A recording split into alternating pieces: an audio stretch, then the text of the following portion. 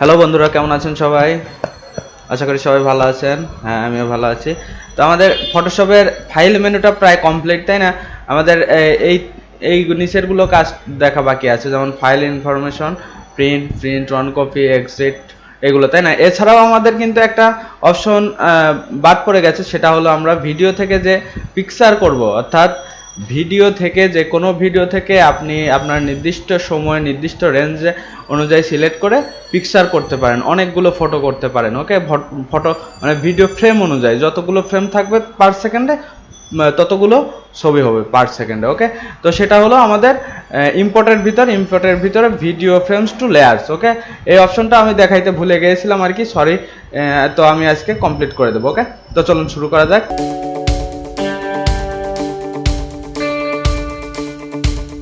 ফার্স্টে যেটা করব সেটা হলো ফাইল থেকে ইম্পোর্ট থেকে ভিডিও ফ্রেমস টু লেয়ার। ওকে, ভিডিও ফ্রেমস টু লেয়ারে যাওয়ার পরে আমাদের এখানে আমি একটা ভিডিও সিলেক্ট করে রেখেছি ডেস্কটপে আমার ডিএস ফোল্ডারে। ওকে, তো আমরা এই ভিডিও থেকে কিছু পিকচার কাট করব, অর্থাৎ কিছু পিকচার নিয়ে নেব ভিডিও থেকে, এই 2-1 সেকেন্ড থেকে। ওকে, তো আমরা এভাবে ওপেন করে নেব। ওপেন করে নেওয়ার পরে উইন্ডোর সামনে ওপেন হবে।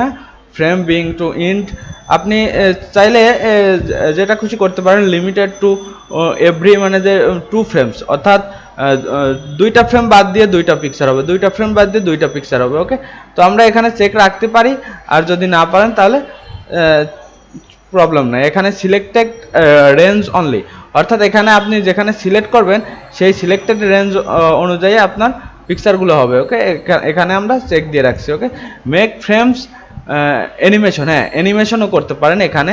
ওকে, আমরা অ্যানিমেশনে চেক দিয়ে রাখছি। ওকে, তো আমরা সেই ফ্রেমসটা, অর্থাৎ কোথা থেকে কোন জায়গাটুকু আমরা ছবি আকারে নিব সেটা আমাদের ফার্স্টে সিলেক্ট করতে হবে। এই দেখুন, এখানে দুই পাশে 2টা বার দেখতে পাচ্ছেন, তাই না? এই বার মুভ করলে আপনি দেখতে পাবেন যে কোন জায়গায় ভিডিও কীরকমের আছে। ওকে, তো আমরা চলে আসি যেখান থেকে আমরা পিকচার করব।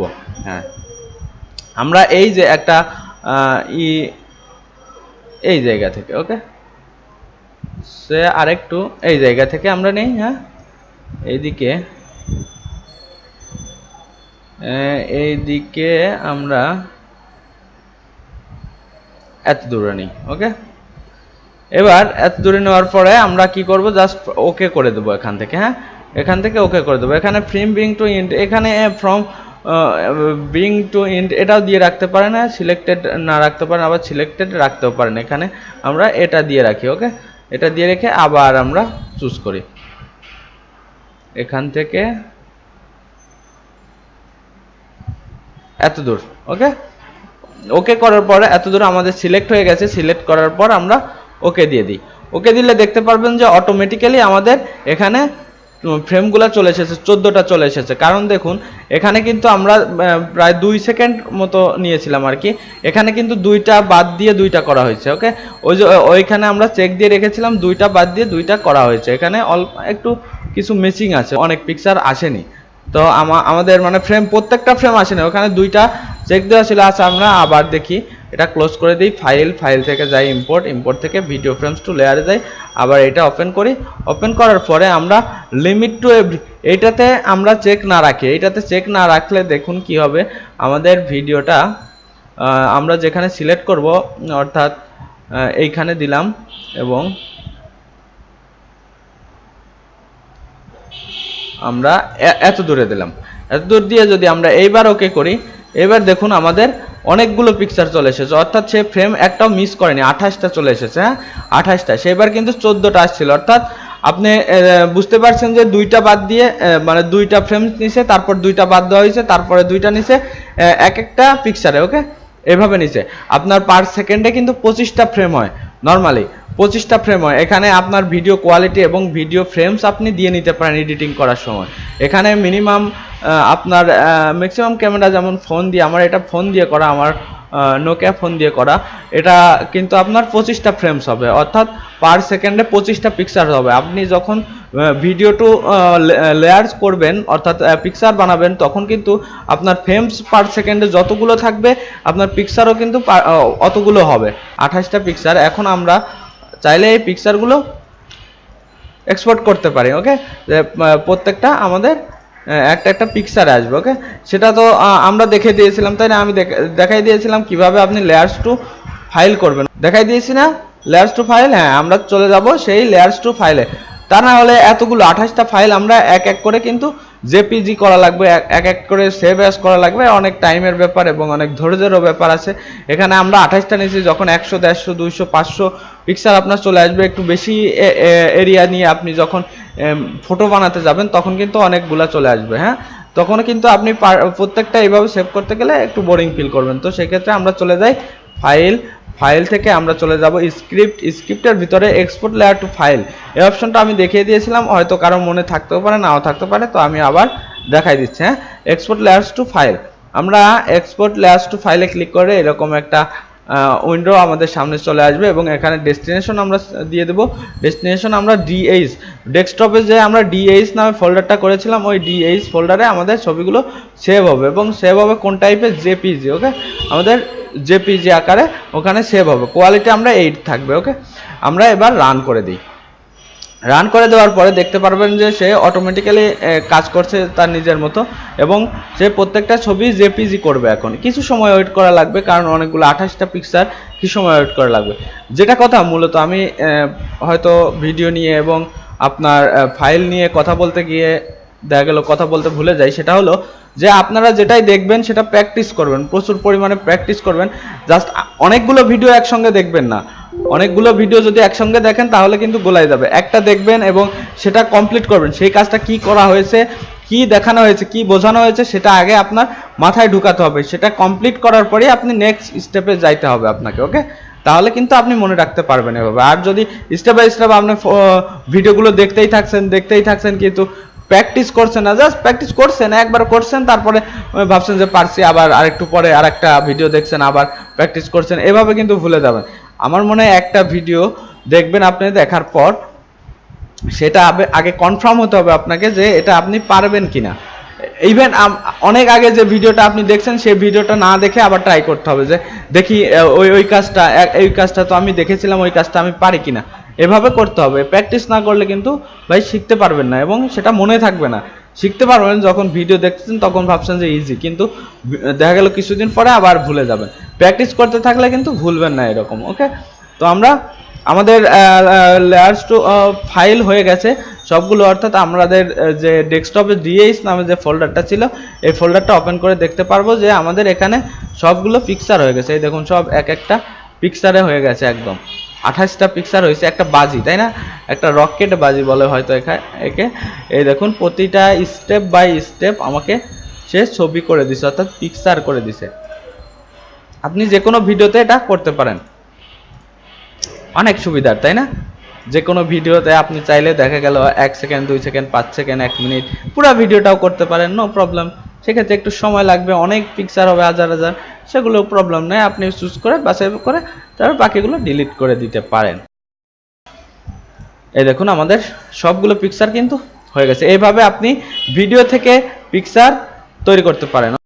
আর এছাড়াও যদি আরো কোনো প্রবলেম থাকে তো আমাকে বলবেন যে এইভাবে প্রবলেম হচ্ছে ভাই, এখানে প্রবলেম হচ্ছে, একটু দেখাই দেন, একটু বোঝাই দেন। ওকে, তো আমি অবশ্যই বুঝাই দেবো। আর ভিডিও ডিসক্রিপশনে অর্থাৎ কমেন্ট বক্সে আপনারা কমেন্ট করে জানাবেন যে কি বুঝতে পারেন নাই, কোন জায়গায় প্রবলেম হচ্ছে বা কি করলে হবে, আমি রিপ্লাই করব।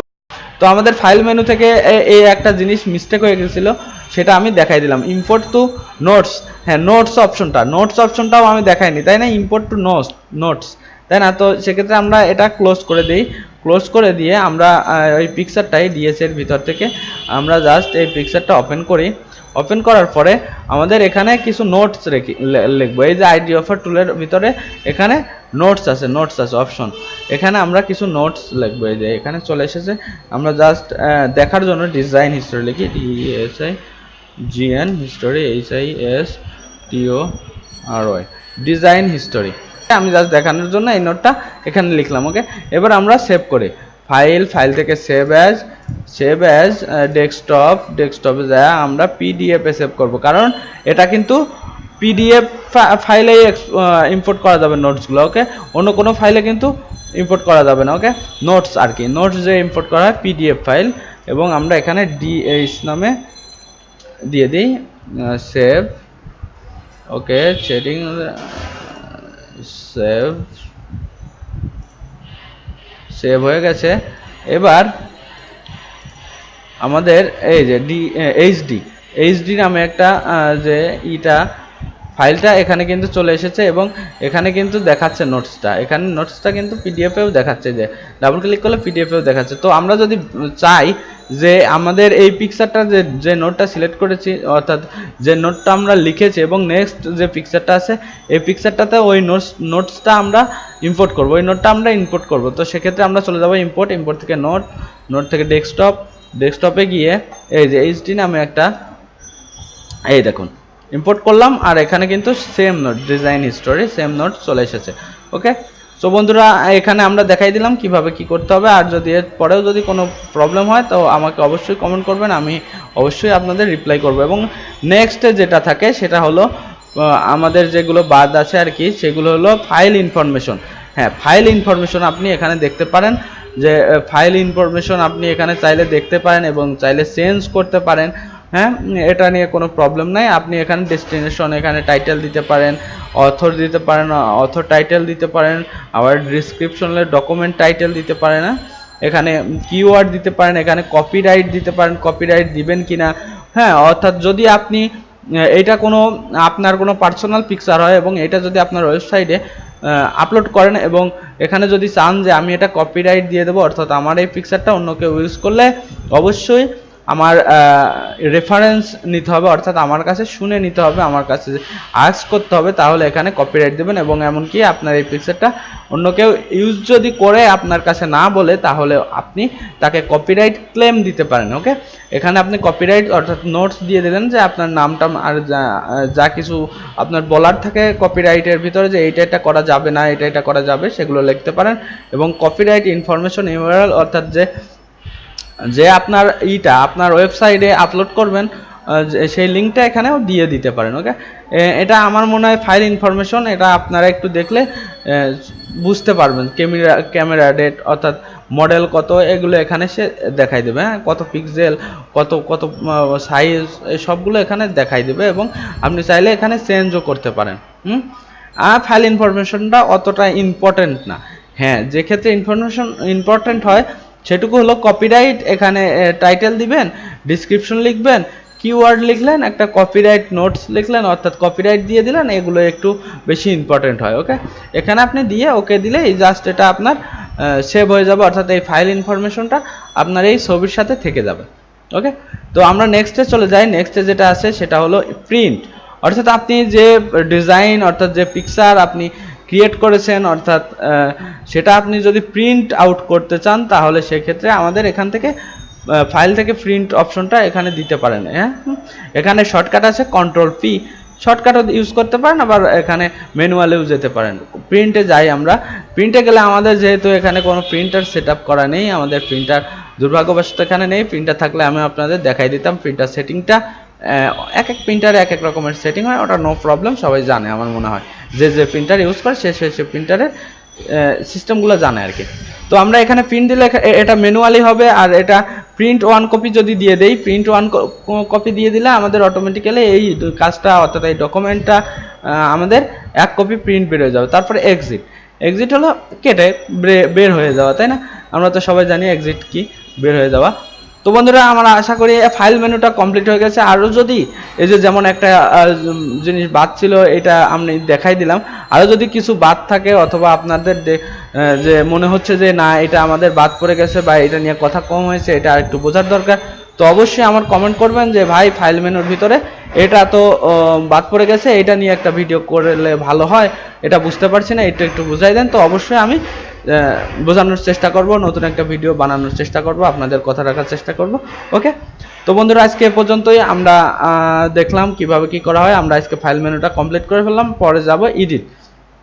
ওকে, তো বন্ধুরা আপনাদের কাছে একটা রিকোয়েস্ট, যদি আমার ভিডিওটা ভালো লেগে থাকে অথবা আমার চ্যানেলটা যদি ভালো লেগে থাকে, তাহলে অবশ্যই সাবস্ক্রাইব করবেন এবং পাশে বেল আইকনে ক্লিক দিবেন, তাহলে নতুন যে আপডেটস ভিডিওগুলো আপলোড করব সেগুলো আপনারা সর্বপ্রথম সব থেকে আগে দেখতে পারবেন। ওকে, আর ভিডিওটা ভালো লাগলে অবশ্যই লাইক করবেন এবং কমেন্ট করে জানাবেন কেমন লাগলো, কোথায় বুঝতে প্রবলেম হলে। আর আপনাদের ফ্রেন্ডদের সাথে, অর্থাৎ আপনাদের সোশ্যাল মিডিয়া ফ্রেন্ডদের সাথে আপনি ভিডিওটা শেয়ার করতে পারেন যদি ভালো লাগে। ওকে বন্ধুরা, থ্যাংক ইউ।